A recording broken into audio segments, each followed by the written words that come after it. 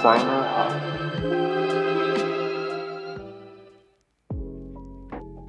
Hub。前回は学校生活から結婚するまでのお話をしてきました。今回はドロドロのキルドラっぽい話になるんですよね。結婚後の話をはい、しようと思います、はい、ドロドロした話をする前にまずモリス夫妻結婚して、娘様が生まれます、っていうちょっとウィリアム・モリスの娘さんの紹介だけ軽くしときます、はい、長女のジェニーと次女のメイっていう2人で、長女のジェニーすごく優秀だったみたいで、特にモリスから溺愛を受けていたみたいですね、これがどれぐらいすごいことなのか分かんないんですけど、ケンブリッジ大学の地方試験っていうのがあるんですよね、でそのテストに高校で勉強始めて2年とかで受かるのがすごいことだったらしくて、すごそうですね、それは。かなり勉強が好きな子だったと、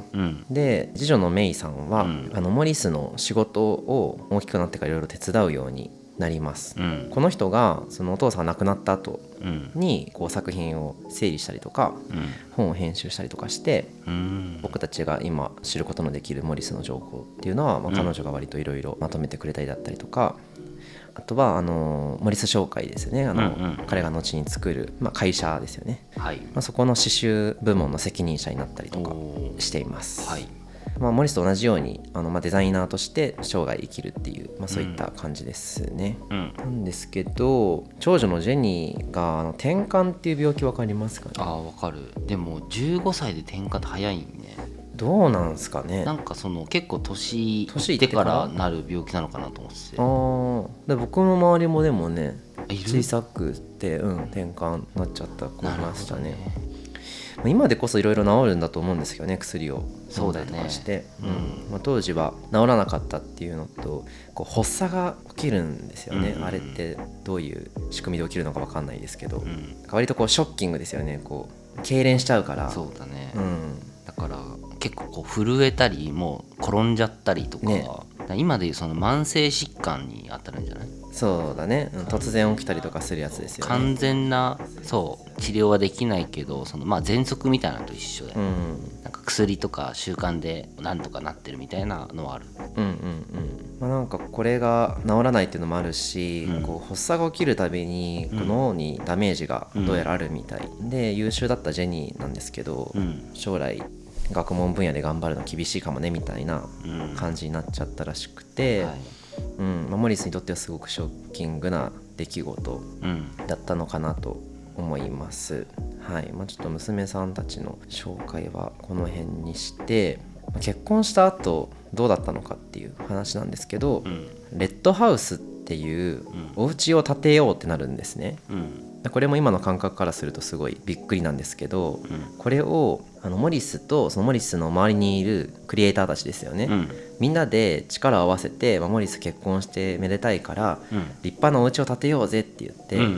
ロンドンから離れたところ、電車で1時間半とかって言ったかな、割と距離のあるところなんですけど、お家を建てましょう、でそれが赤いレンガで覆われていたので、赤いわけですよね、でレッドハウスっていう名前をつけるんですよ、でこの家に名前をつけるみたいなのもちょっと不思議な文化だなって思うんですけど、そうね、なんとか邸って名前が日本でもお屋敷にあったりするじゃないですか、なんかああいう感じなのかなとかっていうのは思うんですけれども、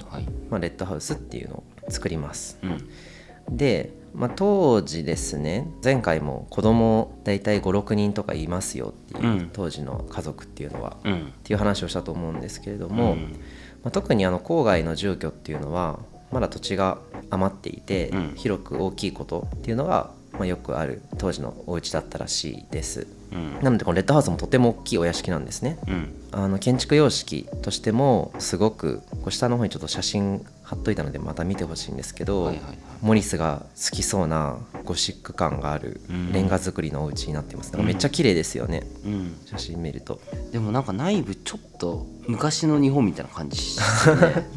確かになんかね、昔の日本の、日本がパクってるんだと思うんですけどね、これを、昔の棚だったり、この階段が踊り場がある感じね、90度登って90度みたいな、こういう感じとかはそうですね。家具とかもモリスとその友達が作って、なんかみんなでこうじゃあ俺この家具に絵描くわみたいな感じで、ペイントもしてくれたりとか、みんなで楽しく作ったっていうのがあるんですけれども、なんかめっちゃ楽しそうですよね。そうだね。なんかいいね。すごい青春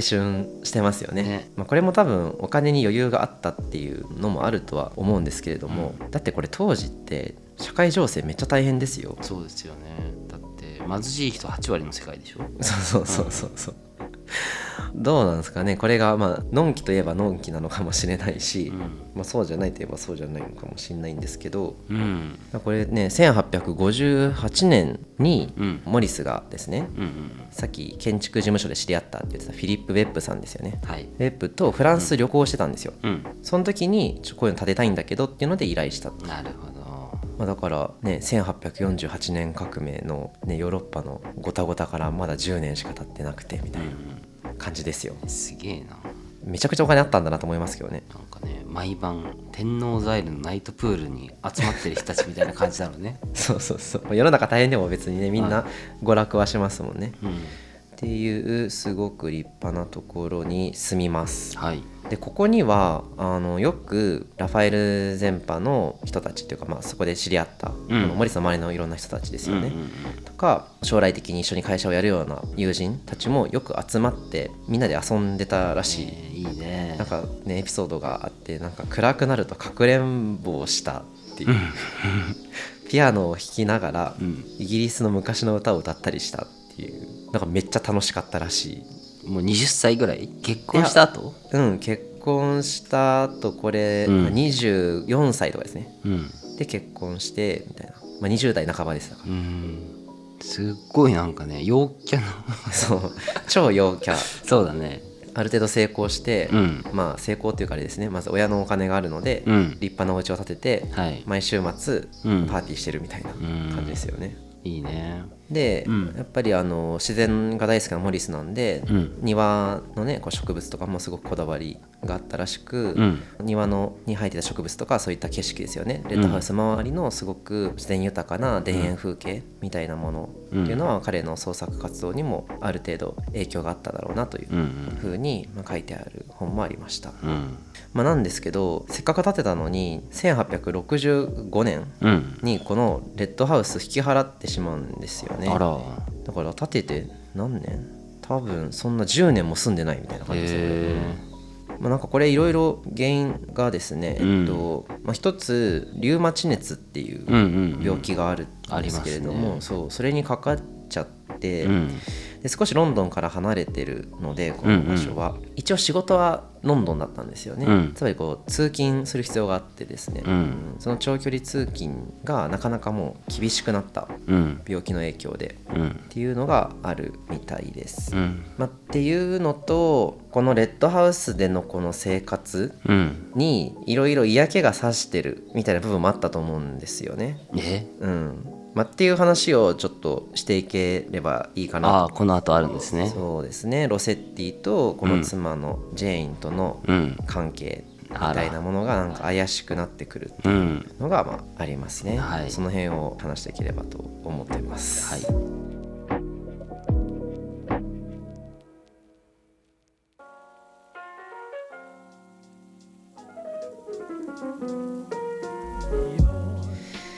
ということで、ロセッティとジェーンについて話していきたいんですけれども、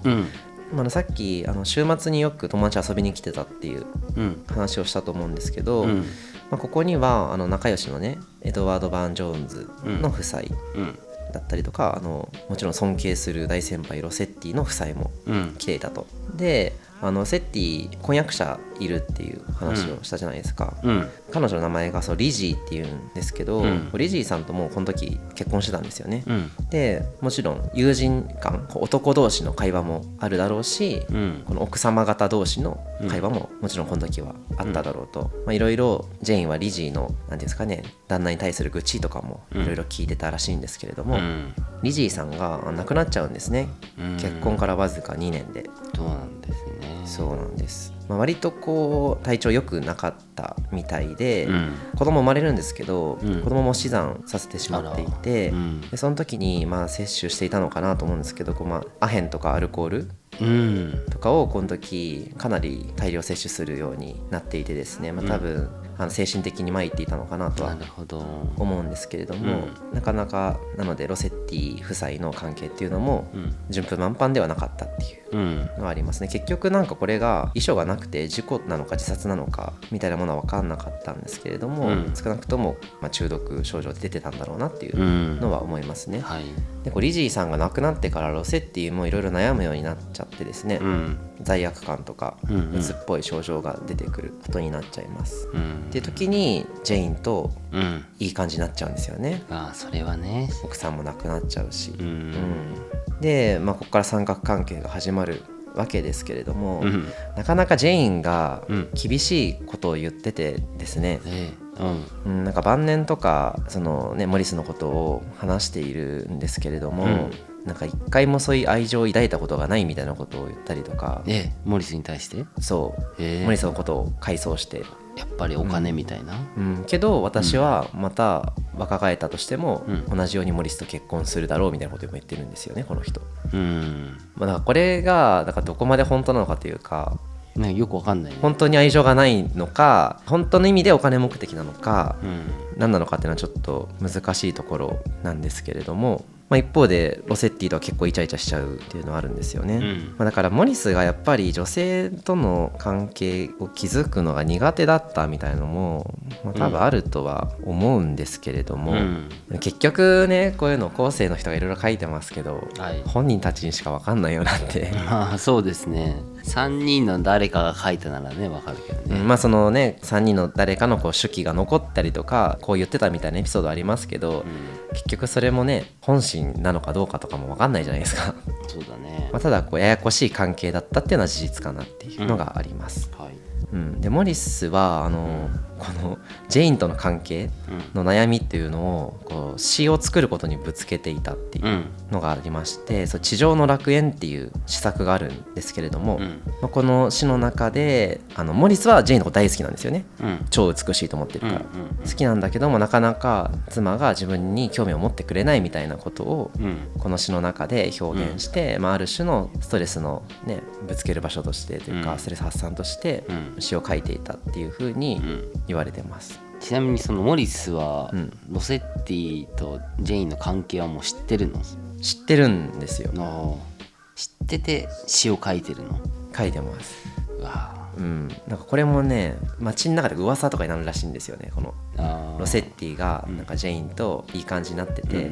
で彼らかなり富裕層なので社交界とかもあるじゃないですか、そういった場所でなんかオタクのジェインさんロセッティさんといい感じらしいけど大丈夫みたいな話があったりとかするらしいですよ、やっぱり。それはモリスはジェインとかロセッティには言わないの？なんかねだからそこもモリスの面白いところだなっていうか、別に思いっきりさぶん殴ってもおかしくないような、ふざけんな出ていけみたいな、二度と顔見せんなぐらい言ってもおかしくないような状況かなとは思うんですけど、なんかそこ変に気使うの？なんか気使うというか、なんか許すじゃないけど、なんか甘いんですよこの人で。多分複雑な感情だったと思うんですよね。そもそもジェインと出会えたのもロセッティのおかげだし、なるほど、もういろいろね、モデルと絵描きの関係を通して、ロセッティともジェインとも多分一緒に時間を過ごしてるだろうし、で今の自分があるのはロセッティのおかげだし、なんなら、絵の描き方も教えてくれたし、みたいな、いろいろ思うところはあったのかなとは思ってますね。そうなんですね。そうなんです。でなんかねやっぱその詩の中とかその作品ですよね、にこれ明らかに自分のこと言ってるじゃん、モリス自身のこと書いてるじゃんみたいな表現とかも出てきたりとかして、いやめっちゃ悩んでたんだなこいつみたいなのをすごい、思いますね。その中でだからさロセッティのことを書いたりもしてんの？ロセッティのことは書いてるのかな。いやでも主人公がその女性をある男性に奪われる、でその男性はこういう男性で、みたいなとこでこれロセッティだなみたいな描写はあったりします。まあそうだよね。そう、でもそこで悪人っぽい書き方をするとかないんだ。でもあったんじゃないですかね。なんかね晩年ロセッティもその後いろいろなんか紆余曲折あるんですけれども、ロセッティが死んだ後ですね、モリスがロセッティについて言ってるので残ってるのが、時としてロセッティは天使であり時として忌まわしい悪党だったって書いてるんですよねさすがですね。そう、確かに天使でもあったんだろうな、みたいな適切な表現です、このロセッティにお世話になって尊敬してすごくロセッティのこと好きっていう自分と、ロセッティジェイのこと取りやがってっていうこの相反する気持ちが両方あるんですよねこの人、この辺ちょっとラスキンっぽいですよね。そうだね。イエスオアノーで判断しないみたいな感じがね、そんな感じでモリスは容認していくわけですよね、ジェインとロセッティの関係を、これ行くとこまで行っちゃって、彼ら2人のこの、ね、不倫関係の2人のために別荘を借りるんですよこの人。モリスがすごいね。やばくないですか？やばいね。これマジどうなんですかね。だから心が広いのか現実を受け入れられなくてもう遠くにやってしまいたいのか何なのか分かんない。そもそもロンドンっていう街中でイチャコラされるのも嫌だっていうのはあるとは思うんですけれども、ちょっと離れたところなんですよね。なるほどね。そうだね、目が届かないところでっていうことなんだろうね。そうケルムスコットマナーっていう別荘の名前です。レッドハウスみたいな感じで、ケルムスコットっていう場所があるのと、マナーっていうのがですね、荘園って日本史で習うじゃないですか。荘園って土地みたいな意味です。草冠に荘厳の荘に公園の園。荘園がある、そのお家のこと、でかい庭付きの屋敷みたいなことをマナーって言うんですけど、でこれケルムスコットマナーっていうのはそういう意味です、別荘。そこをロセッティとその共同で借りるんですね、でお金はモリスが多分ほとんど出してるのかな感じなんですけど、借りて、で自分は割と旅行するじゃないですかこの人。フランス行ったりとか、でこの時そのアイスランドの芸術というかそれこそ日本の民芸みたいなところに興味があったらしくて、あと神話ですね、そっちの方面の、とかが好きでちょいちょい行ってたらしいんですよ、でその行ってる間はジェインはロセッティと過ごすみたいな、で自分は帰ってきたらまたジェインはロンドンで一緒に過ごすみたいな感じで行ったり来たりの生活を一時期してたらしくてですね、で僕実際にケルムスコットマナーのあったところ行ってみようと思って、ロンドン行った時に行こうとしたんですけど、めっちゃ遠いんですよ、遠いっていうのは公共交通機関がない、車がないとちょっと行けなさそうな。そういうことか。そう近くの町までは行けるんですけど、ケルムスコットマナーがあった場所には本当ね車じゃないとかなりきつい、なんかバス降りた後になんか2時間ぐらい歩くみたいなねすごい遠みたいな場所にあったんで、その街中から遠ざけたかったみたいなのもやっぱりあるんじゃないかなっていうふうには思いますね、でなんかロセッティもですね、結構精神的にやられていっちゃうんですよ。いろいろ妻が亡くなったみたいなことも一つきっかけとしてはあったかもしれないんですけど、やっぱこう制作がうまくいかないだったりとか、いろいろあってですね、精神的に病んでいってしまうっていうのがありまして、どうやらこう自分の作品に対する批評に弱かったらしいんですねこの人。あんまり言われたくない。そう、あんまり言われたくない。だからあんまり公に自分の作品を出さないようになっていったらしくて、そういう意味で伝説の画家みたいな言われ方もしてたらしいんですけど、ちょっとね実情を考えるとあんまいいことじゃないですよ ね。ネガティブですよね、でなんかねもう1860年代ですね、なんかリジーの墓を掘り起こすとかもしてるんですよね。だいぶいってるね。なんかね土葬この時。土葬ですよねこの時。すっごいね。燃やすとさ復活した時に体がなくなっちゃうから、キリスト教的にやっぱ燃やさないんですよね。だ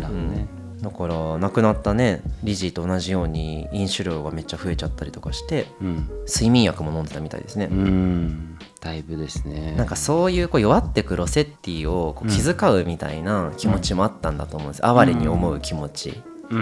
モリスからするとね、そうだね。いろんな書かれ方が伝記だったりとかモリスの自伝だったりとかされてますけど、モリスはロセッティのことこう思ってたよねみたいな、ジェインはこう思ってたよねみたいな、やっぱスパッと言えるほど単純な感情じゃないだろうなっていうそうだよね。ことは確実に言えることかなっていう関係もあるしね、いろいろ。そうそうそうそうそう、まあいろいろねこうやってモリスはロセッティのためにしてあげてるわけなんですけど、一方でロセッティがなんか八つ当たりとかしてくるんですよね。モリスにそうこの家のここが気に入らないとか言って文句言ってくるんですよ。嫌だね。そうモリスの金で借りてるのに、もうだからどうなんだろうこれ本当に、まあ、最後死んだ時に、ロセッティが先に死ぬんですけどね、死んだ後に、まあね、天使であり悪党であるみたいなことも言うし、彼の死によって世界にぽっかりと一つの穴が開いたっていう風に言ったりもしてるんですよね。だからまあいろいろありつつ結局ロセッティのことは尊敬してるし、ロセッティが描いたジェインの絵を家に飾ったりもしてるし、やっぱり最後の最後まで彼の才能自体は評価してた、偉大な画家として尊敬はしてたんだろうなとは思うんですけれども、昼ドラできそうでしょ。できそうだね。でもすごいね、なんかピークがない昼ドラというか、なんか昼ドラってもう結構やっぱ殴るじゃんまあ後半はね結構ロセッティからいろいろあったと思うけど、なんか受け入れるっていうのはさ、分かんない、俺はすごい複雑だなと思いつつも、やっぱりさ、よくしてもらったし、作品もいいしとか、答えが出ないよねっていう感じだろうね。まあなんかみんな大変そうだなっていう話だと思うんですよね、これ。そうだよね。まあ、ラスキンもやっぱ女性関係うまくいかなかったわけじゃないですか。そうですね。最初1人目できた奥さんもそれもまたラファエル前派のミレーに取られてしまい、結局ミレーと奥さんは結婚してしまい、でその後は割と少女というか、幼い女性を愛してしまい、それが実らないみたいな、でそのまま孤独のまま死んでいくっていうのがラスキンの女性関係ですけれども、まあ、モリスもモリスでいろいろあったっていう。でラスキンもなんかミレーとゴタゴタしてたのに支援を続けたじゃないですか、この辺モリスもそうなんですよね、やっぱり。ある意味ロセッティのことを支援してたと言っても言い過ぎじゃないというか、金銭的にね、けどロセッティは嫌なところもあるけどやっぱりいいものはいいっていう、2人ともすごいものに執着してるっていうのは特徴としてあるかな、思いますね。むずいね。なんか波乱万丈ですよね。いや本当にこれもしねこういうのがなかったらっていうのもあれだけどね、もっといろいろ先に残してたりとか、そうだよね、なんかできたりとかあったからこそのこの葛藤の中で出てきたね芸術もあるだろうし、まあ何とも言えない。でもなんかわかんないよね、今の時代でさ、簡単に言い換えてはいけないんだけどさ、よくなんか男女大学生グループでさ、いつの間にか付き合って別れてまたあいつとあいつ付き合うみたいな、なんかあるしなと思って。あるしあるし、どの時代もあるし、あるよね。男女がいたらそうですよ。僕これ調べてて思ったのが、やっぱジェインすごいんじゃねっていう、モテるっていう、モテるのもあるし、この人すごく貧しい家の出なのに、いきなりこう富裕層の夫人になるわけじゃないですか、多分すごくハードルがあったんですよね、言葉遣いとか文化とか、そういった教養だったりとか、それをすごく貪欲に早く学んだんですよ、習得したんですよね、ジェインって。だからそういう貴婦人の仲間入りをすぐに果たすし、こうやってね歴史に名を残すようなウィリアム・モリスだったりロセッティだったりっていうこう一流のクリエイターアーティストたちをうまいことコロコロしてたっていう風にもこれ受け取れるじゃないですか、そうですよね。そうすごいよ。ちゃんと金持ちのモリスを捕まえて成り上がりっていうのかな、ね、なかなかしたたかなのか何なのかっていう、こうジェインがすごいなって僕は思っちゃいましたね。なんだろう、でもそういう見た目で判断しちゃダメなんですけど、なんかそういう感じしません？さっきの写真からも。まあでもちょっとねどっちかなと思ってさ、なんかシンプルにモテるのか、計算高い見せ方がうまいのか、どっちだろうっていう、なんかね魔性の女って感じをね、僕は魅力をすごい感じますよね。なんかパッと見た感じちょっと強いエマ・ワトソンかなって一瞬思ったんだけどなんか全体的に見た時になんか椎名林檎っぽい雰囲気だからどっちなんだろうと思って。どっちなんだろうね、椎名林檎っぽいんだろうなっていうか、椎名林檎さんが別にそういうわけじゃないけど、まあだってねもう上流階級陽キャに入ってサークルクラッシャーですよね。そうマジサークルクラッシャーこれ、いやモテモテだったらしいんでね、そんなこんなでちょっとモリスの人間模様について話してきたんですけれども、そろそろ仕事の話に移れればいいかなと思ってますので、はい、次回はモリス商会の話からですかね。そうですね。はい、では今日はじゃあこの辺で、また次回お会いいたしましょう。ありがとうございました。ありがとうございました。